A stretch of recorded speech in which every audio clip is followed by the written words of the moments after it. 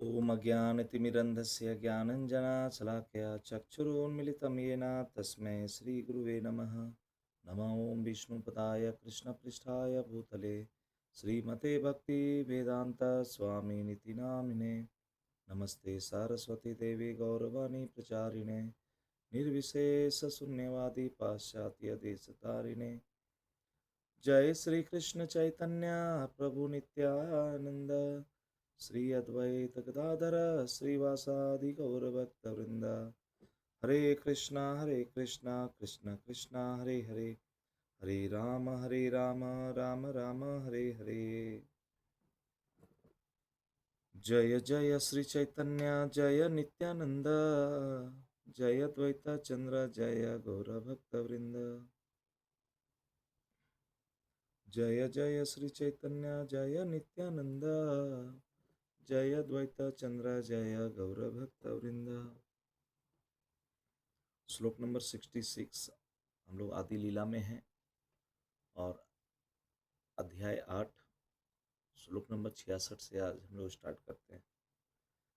काशीश्वर गोसांजीर शिष्य गोविंद गोसांजी, गोविंदेर प्रिय सेवक तारसमनांजी। वृंदावन में भगवान गोविंद की सेवा में लगे पुरोहित गोविंद गोसाई काशीश्वर गोसाई के शिष्य थे। गोविंद अर्चा विग्रह को उनसे बढ़कर कोई अन्य सेवक प्रिय नहीं था।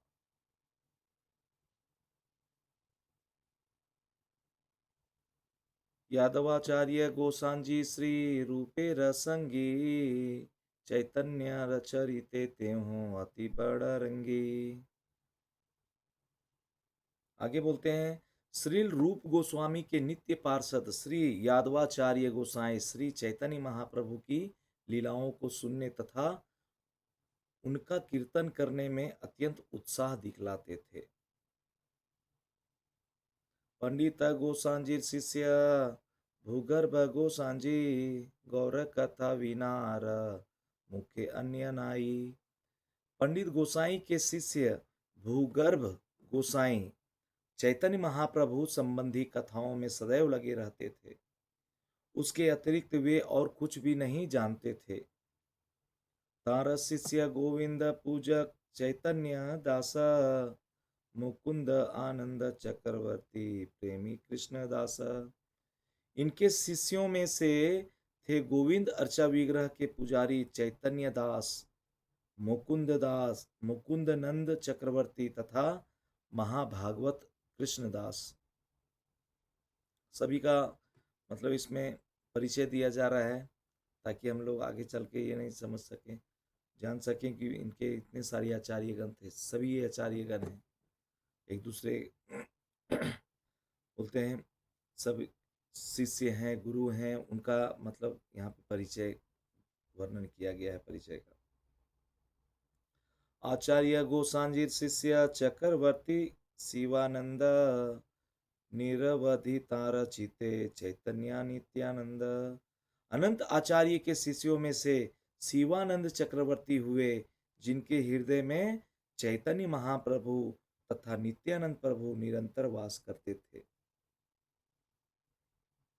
ऐसे ऐसे दिव्य हमारे आचार्य रह चुके हैं, है ना।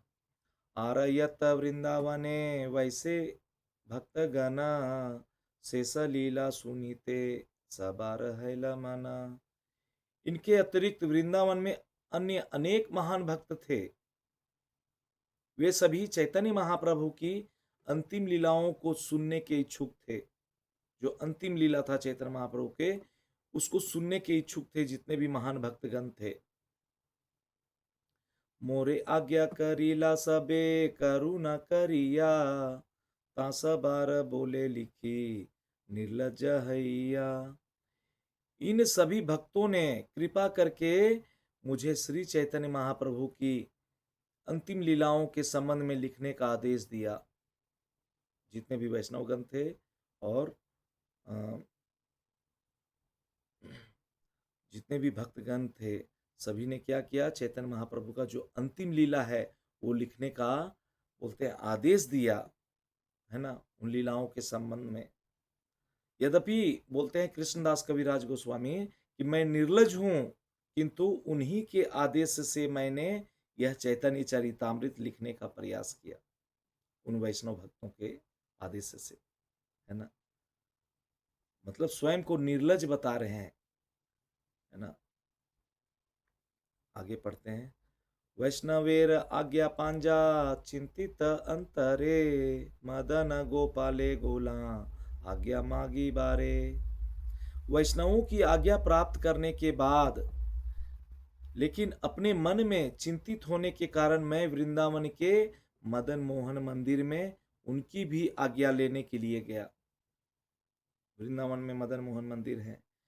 हाँ, सभी वैष्णव भक्तों से आज्ञा तो ले लिए, उसके बाद ये क्या करते हैं, कृष्णदास कविराज गोस्वामी बोल रहे हैं कि मैं मदन मोहन मंदिर जो वृंदावन में है आज भी, वहां पे मैं उनकी आज्ञा लेने के लिए गया।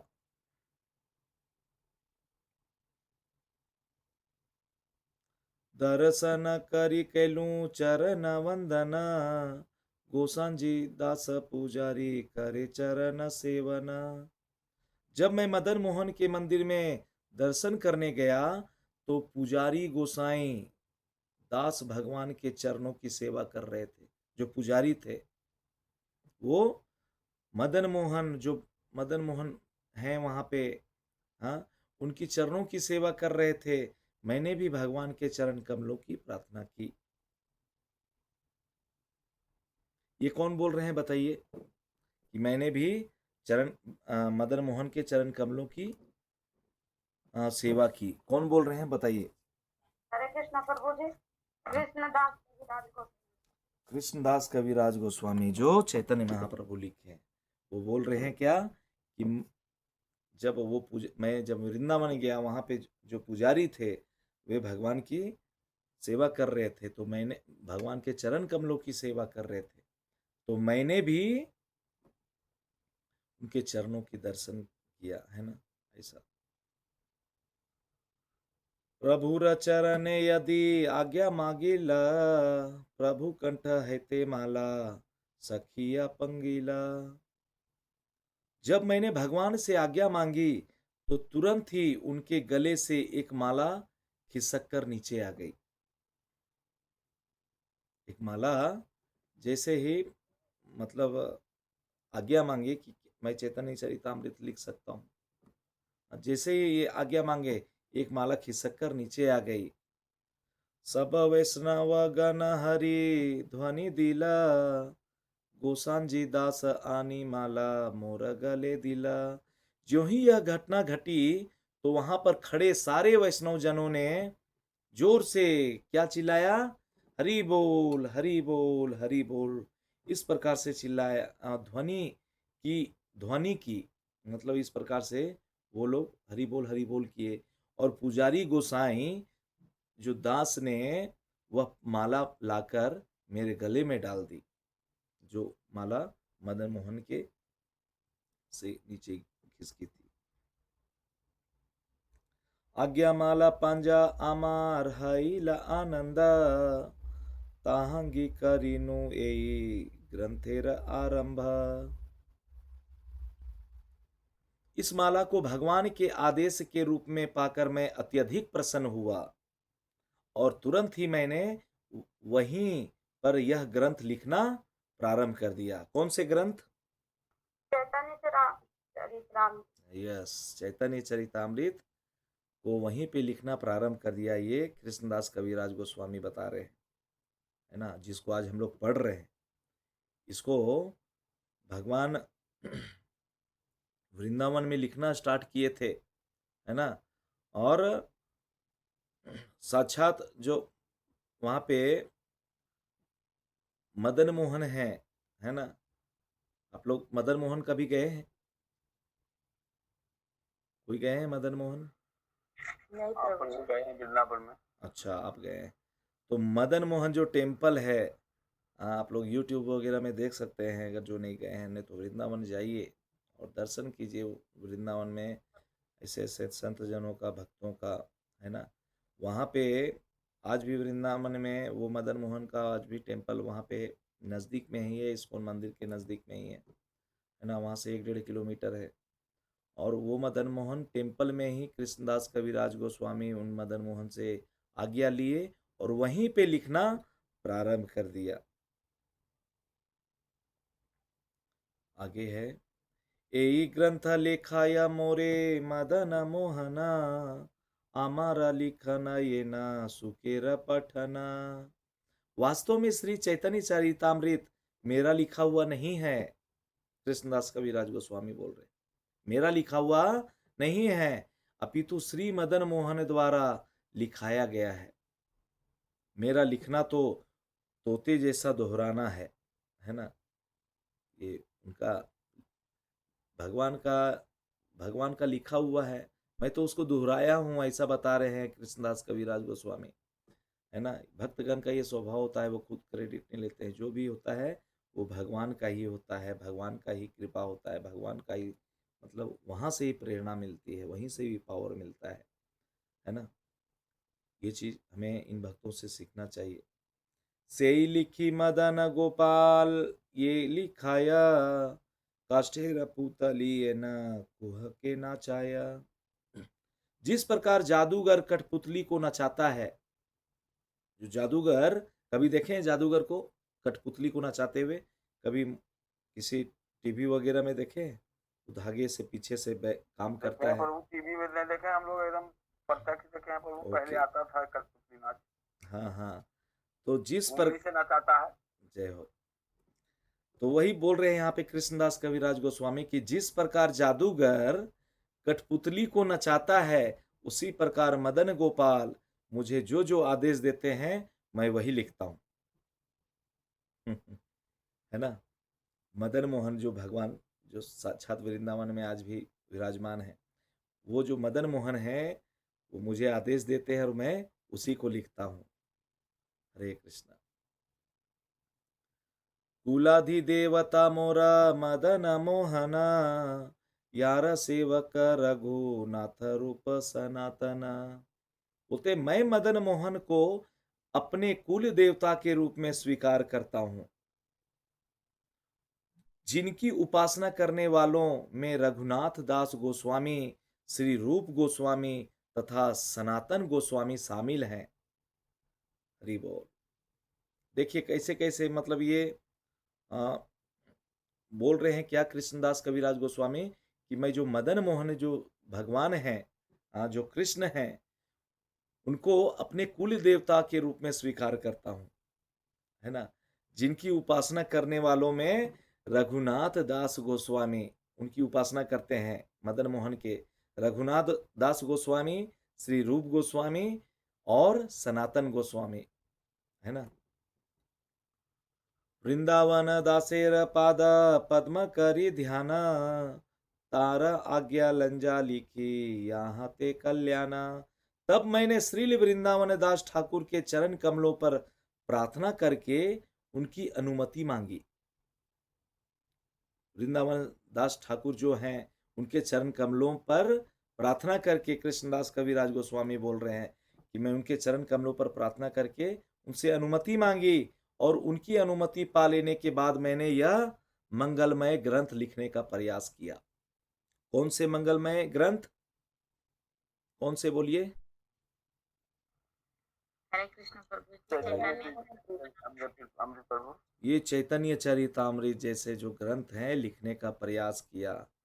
देख रहे हैं हाँ, आज के टाइम में लोग क्या करता है, कोई भी काम करता है हाँ, अगर एक छोटा सा बुक भी वो लिखेगा तो खुद को क्रेडिट देगा, है ना। लेकिन भक्तों का स्वभाव ये नहीं होता है, वो दूसरे को क्रेडिट देता है। ये भगवान ने किया, चाहे हमारे गुरु जी ने किया, चाहे हमारे अन्य भक्तों ने किया, मैंने नहीं किया, है ना। ये भक्तों का स्वभाव होता है। जब आप ऐसा करते हो तो देखिए आपका कैसे चेतना मतलब जागृत होता है ना। कैसे आपके अंदर वो अ, सेवा भाव और ज्यादा मतलब जागृत होता है। उसी में लोग अटक के नहीं रह जाते, है ना। आपके अंदर वो सेवा भाव और बढ़ता ही जाता है। हम लोग कभी मंदिर जाते हैं तो जाते हैं वहाँ मेहमान के जैसा बैठ जाते हैं और प्रोग्राम प्रोग्राम वगैरह देखते हैं और चले आते हैं घर। हमें वहाँ पे जाके भक्तों के साथ जो सेवा में लगे हैं, उनके साथ हाथ बटाना चाहिए और क्रेडिट खुद को नहीं, बदले में हमको कुछ नहीं चाहिए। हमको भगवान का सेवा कर रहे हैं भाई, हाँ, जिसकी वजह से हम लोग एक-एक सेकंड साँस ले रहे हैं, है ना? तो इस प्रकार से जो भक्तगण होते हैं, वो खुद क्रेडिट नहीं लेता, वो हमेशा अ, बताते हैं कि मुझे ये जो कृपा मिला है, वो गुरु के कृपा से मिला है, तभी मैंने ये ग्रंथ लिख पाया। ये भगवान का कृपा मुझे प्राप्त हुआ है, तभी मैं इसको किया। ये बोलते हैं मैं तो तोते जैसा हूँ, मैं तो इसको दोहरा रहा हूँ। ये कठपुतली जो है, उसके जैसा हूँ, मुझे कोई नचा रहा है, मैं नाच रहा हूँ, है ना? ये कृष्णदास कविराज गोस्वामी इस प्रकार से बोल रहे हैं। आगे बोलते हैं, चैतन्य लीलाते व्यास वृंदावन दास तार कृपा विना अन्य नाहय प्रकाश। श्रील वृंदावन दास ठाकुर चैतन्य महाप्रभु की लीलाओं के प्रामाणिक लेखक है।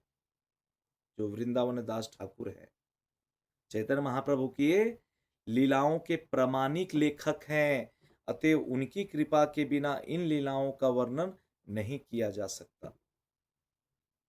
ये कृष्णदास कविराज गोस्वामी, उनकी कृपा से, वृंदावन दास ठाकुर के कृपा के बिना इन लीलाओं का, भगवान चैतन्य के जो लीला है, उनका वर्णन नहीं किया जा सकता।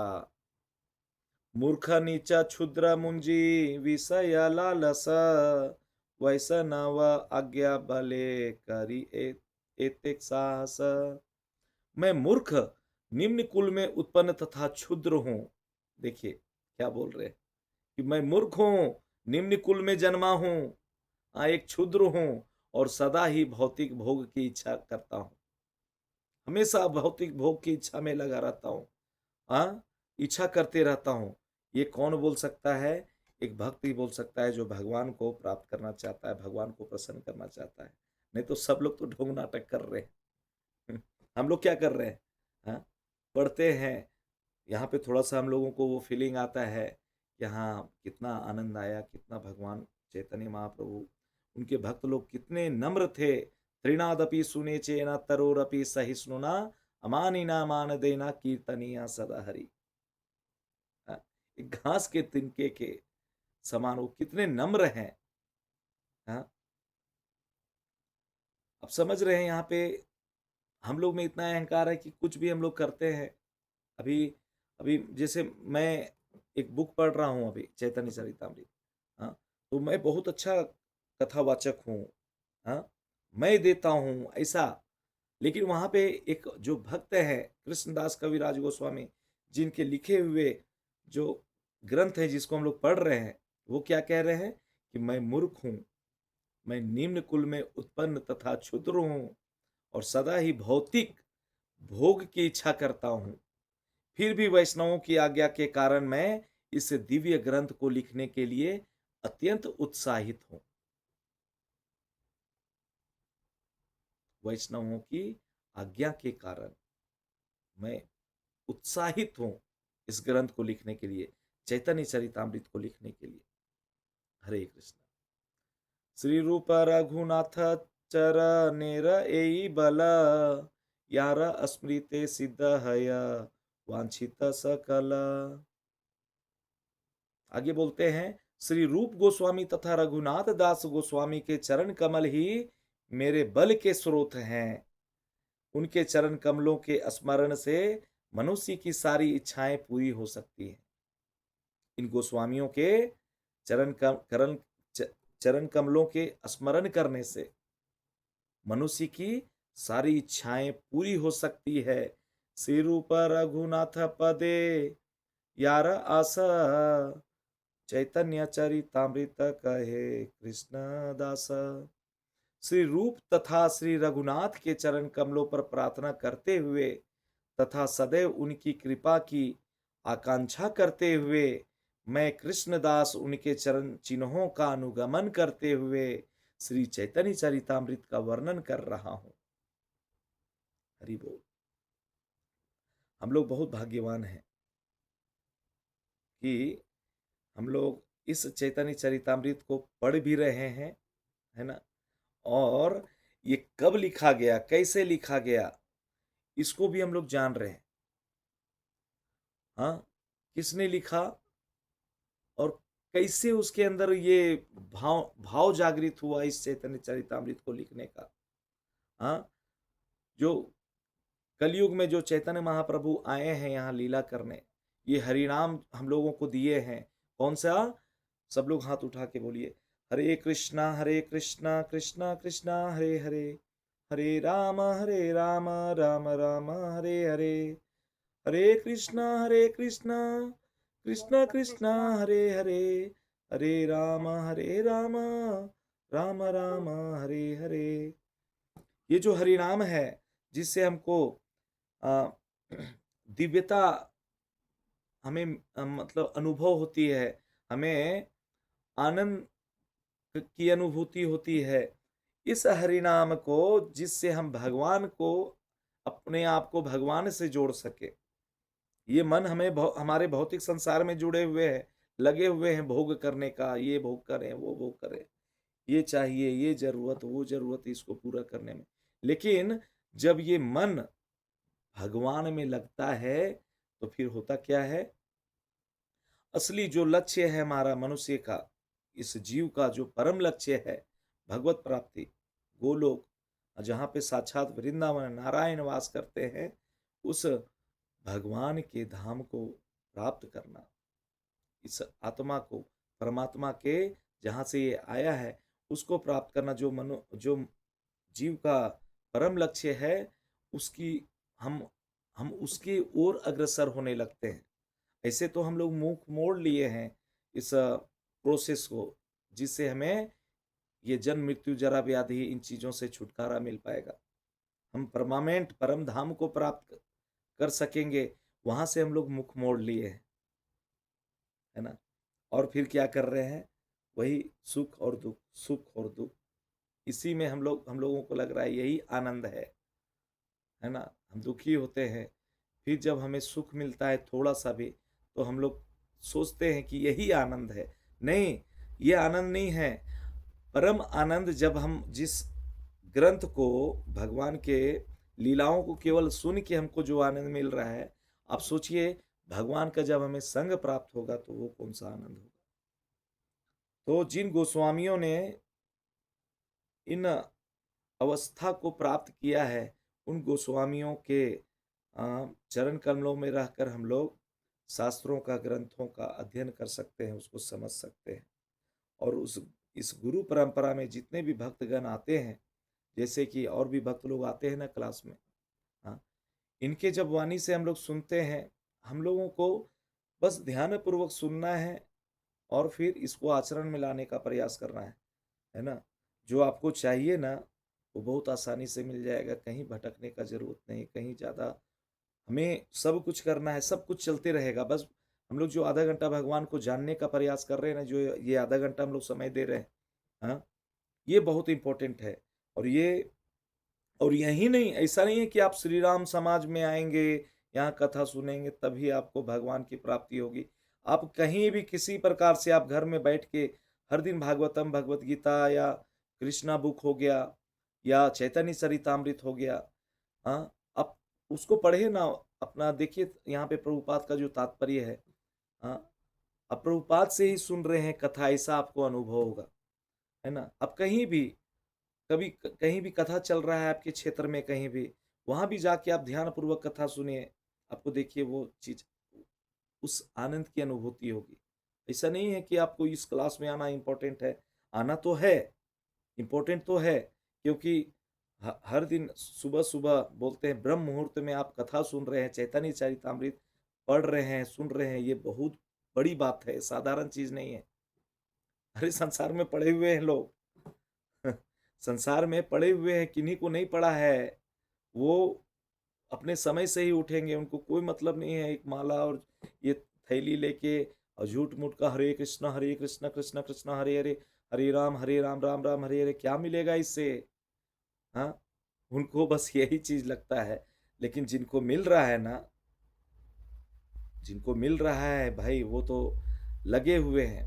यहाँ पे कितने लोग जपा करते हैं बताइए? कौन कितना माला कितना करते हैं, बता सकते हैं क्या आप लोग? क्योंकि 4.5 साल हो गया इस क्लास का लगातार। आप प्रभु करते हैं प्रभु?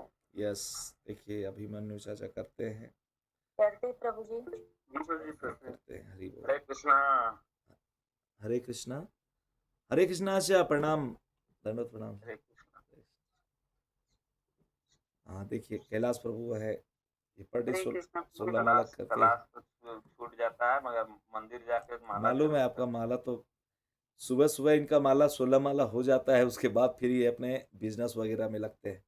मंदिर जाते हैं पहले, भगवान के मंदिर में बैठ के पूरा जपा करते हैं, फिर इनका फिर धंधा पानी स्टार्ट होता है अपना, है ना, काम चल रहा है।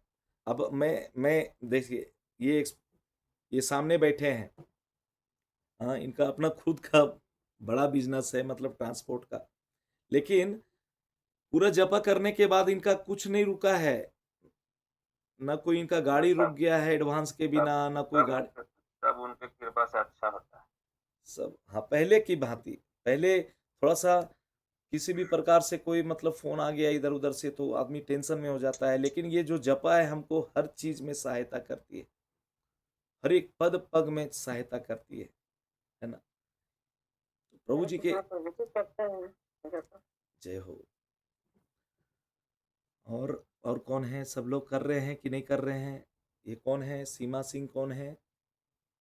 माता जी हरे कृष्णा प्रभु हरे करते हैं माला हरि बोल। 16 में सुबह में 16 माला आप करती हैं सुबह में, बहुत बढ़िया। बराबर। और कौन?